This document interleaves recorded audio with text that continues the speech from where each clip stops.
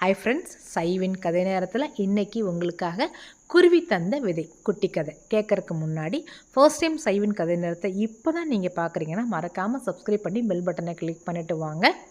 குருவி தந்த விதை. ஒரு கிராமத்தில் ராமு அப்படிங்கிற ஒரு ஏழை ஒரு பணக்காரர்கிட்ட வேலை பார்த்துட்டு இருந்தான்.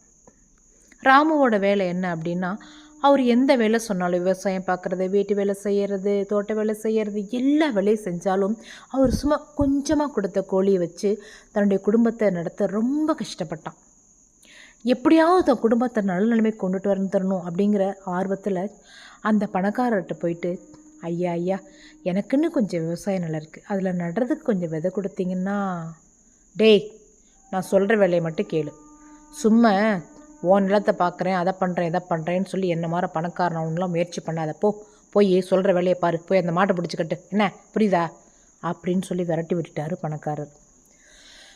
தனக்கு முன்னேறதுக்கு வாய்ப்பே கிடைக்காதா, கொஞ்சம் விதை கூட கிடைக்கலையேன்னு வருத்தப்பட்ட விவசாயி தான் மனைவி கிட்ட, நம்ம என்னம்மா பண்ண போகிறோம், நம்ம குழந்தைகளை எப்படியாவது நல்ல நிலைமைக்கு கொண்டு வரலான்னு பார்த்தா முடியல அப்படின்னு வருத்தப்பட்டான். என்னங்க அங்கே பாருங்களேன், நம்ம குடிசை இப்போவோ அப்போன்னு விடிஞ்சு வளர நிலைமையில இருக்குது, ஆனால் ஒரு குருவி கூடு கட்டுது பாருங்களேன், 4 முட்டை விட்டு குஞ்சு பறிச்சிருக்குங்க சந்தோஷப்பட்டா அந்த ராமுவோட மனைவி. ஆமாம்மா, அந்த குருவிகள் நம்ம நல்லா பார்த்துக்கலாம். பாவம் ராமுவும் அந்த குருவிகளை அக்கறையோடு பார்த்துக்கிட்டாலும் ஒரு நாள் ஒரு பாம்பு அந்த குருவி குஞ்சுகளை சாப்பிட வந்து 3 குஞ்சுகளை சாப்பிட்ருச்சு. ஆனால் ராமு ஒரு குஞ்சை எப்படியோ அந்த பாம்புக்கிட்டேருந்து காப்பாற்றிட்டான். அந்த குருவி குஞ்சை பாதுகாத்து வளர்த்தான். அந்த குருவி குஞ்சும் தன்னுடைய நன்றியை காட்டுறதுக்காக ராமுவுக்கு 3 விதைகளை கொண்டாந்து கொடுத்து, உங்கள் வீட்டுக்கு பின்னாடி தோட்டத்தில் வீட்டுக்கு முன்னாடி நட்டு வை அப்படின்னு சொல்லிச்சு. அந்த விதைகள் ஒரே நாளில் முளைச்சி பெரிய பூசணி கிடச்சிது.